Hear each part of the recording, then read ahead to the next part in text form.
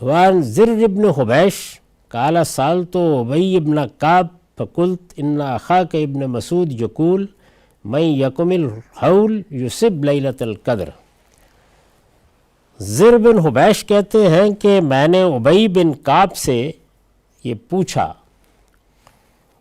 کہ یہ جو تمہارے بھائی ہیں عبداللہ بن مسعود رضی اللہ عنہ، ظاہر ہے وہ بھی ایک جلیل القدر صحابی ہیں، یہ بھی رسالت مآب صلی اللہ علیہ وسلم کے متقدمین صحابہ میں سے ہیں، تو یہ کہتے ہیں کہ میں نے ان سے کہا کہ تمہارے یہ بھائی جو ابن مسعود ہیں یہ تو کہتے ہیں کہ بھائی لیلۃ القدر کو ایک ہی پانے کا طریقہ ہے، اور وہ یہ کہ سال بھر قیام کرو گے تو آخر کبھی تو کبھی آ ہی جائے گی۔ تو اس سے یہ اندازہ ہوتا ہے کہ صحابہ کرام کے اندر یہ جستجو بھی تھی، وہ مختلف قرائن سے اندازے بھی لگا رہے تھے، خود رسالت مآب صلی اللہ علیہ وسلم کی طرف سے بھی بعض چیزوں میں ایما ظاہر کیا جا رہا تھا، لیکن چونکہ کوئی حتمی بات سامنے نہیں تھی تو اس وجہ سے عبداللہ بن مسعود رضی اللہ عنہ نے یہ کہا کہ یہ سب تو اندازے ہی ہے،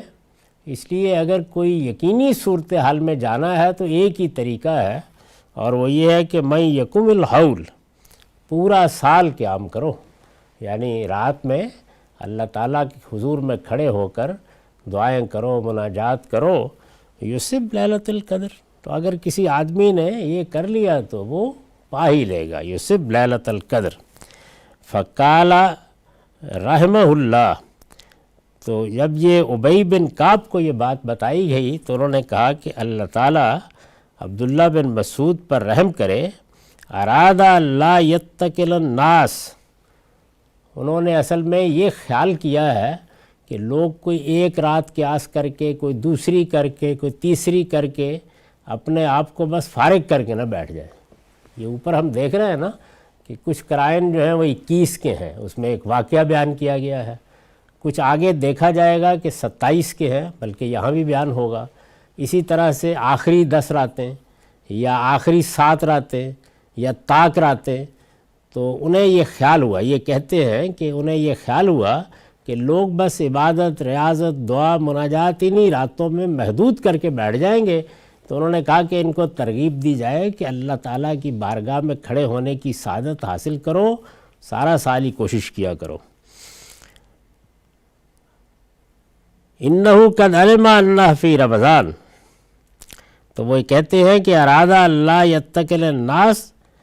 انہو قد علم انہ فی رمضان، کہ انہیں بس یہ خیال ہوا ہے کہ کہیں لوگ بھروسہ کر کے نہ بیٹھ جائیں، ورنہ وہ بہت اچھی طرح جانتے ہیں کہ یہ رمضان میں ہے۔ وَأَنَّهَا فِي الْعَشْرِ الْأَوَاخِرِ، اور یہ کہ یہ آخری 10 دنوں میں ہے۔ وَأَنَّهَا لَيْلَةُ 27، اور عبداللہ بن مسعود اس سے بھی واقف ہیں کہ یہ 27ویں رات ہے، یعنی اس سے پہلے جو چیزیں آ گئیں اب یہ کہتے ہیں کہ یہ 27ویں رات ہے، ہمارے علم میں ہے یہ بات۔ ثم حلف لا یستثنی انہا لیلۃ 27، پھر انہوں نے بغیر کسی استثناء کے قسم اٹھا کے یہ کہا کہ یہ 27ویں ہی کی رات ہے۔ ابی بن کعب نے بہت اصرار سے کہا۔ وہ لوگ جن کی نظر روایتوں پر ہے وہ یہ جانتے ہیں کہ اس طرح کے بہت سے معاملات میں عبداللہ بن ابی رضی اللہ عنہ کے بعض تفردات ہیں، اور وہ اسی اصرار سے ان کو بیان کرتے ہیں۔ فقلت بأی شیء تقول ذلک یا ابا المنذر، انہوں نے کہا ان کی کنیت سے ان کو پکار کر کہ یہ فرمائیے کہ یہ اتنے اصرار سے، اتنے ابرام سے یہ آپ بات بیان کر رہے ہیں، کہہ رہے ہیں کہ یہ 27 کی رات ہے، اب تک تو کبھی متعین نہیں ہو سکا، اور عبداللہ بن مسعود تو یہاں تک کہہ گئے کہ اگر پورا ہی سال قیام کرو گے تو پھر یقیناً پالو گے، تو یہ کس بنیاد پر آپ نے یہ کہا ہے؟ قال بالعلامہ او بالآیہ، انہوں نے کہا کہ بس نشانی، علامت دیکھ کے۔ وہ علامت کیا ہے؟ التی اخبرنا رسول اللہ صلی اللہ علیہ وسلم انہا تطلع یومئذ لا شعاع لہا، یہ کہتے ہیں کہ ہمیں رسول اللہ صلی اللہ علیہ وسلم نے بتایا تھا کہ جب یہ رات آتی ہے تو اس دن جب سورج نکلتا ہے تو اس میں اس طرح کی چمک، اس طرح کی روشنی وہ شعاع کی صورت نہیں ہوتی، یعنی گویا ماند پڑا ہوا سورج نکلتا ہے۔ بعض اہل علم نے یہ بتایا ہے، اور یہ بھی ظاہر ہے کہ محض قیاس ہے، کہ چونکہ فرشتوں کے پرے آتے ہیں تو اس سے ایک دھند سی چھا جاتی ہے، جس کے نتیجے میں ایسا ہوتا ہے۔ یہ سب قیاسات ہیں، یہ جو کچھ انہوں نے بیان کیا یہ بھی قیاس ہے۔ رسول اللہ صلی اللہ علیہ وسلم نے یقیناً یہ بیان کیا ہوگا، جو کبھی آپ کو تجربہ ہوا اسی طرح کا ایک تجربہ اس سے پیچھے بیان ہوا ہے، ان کو بھی یہ تجربہ ہوا ہوگا، اور وہ دیکھیے کہ وہ تجربہ 21 کا ہے اور یہ 27 کا ہے۔ تو یہ مختلف تجربات، مختلف قیاسات ہیں، اللہ تعالیٰ کی طرف سے تعین کے ساتھ نہیں بتایا گیا تھا۔ رسالت مآب صلی اللہ علیہ وسلم نے اندازہ کرنے کی کوشش کی ہے، اور کچھ ایماء اور اشارات ہیں، یا اب اس علامت کو بھی اگر سامنے رکھ لیں جس سے یہ سمجھنے کی کوشش کی گئی ہے کہ شاید یہ رات ہے، شاید یہ رات ہے۔ یہ جو کچھ ہو رہا ہے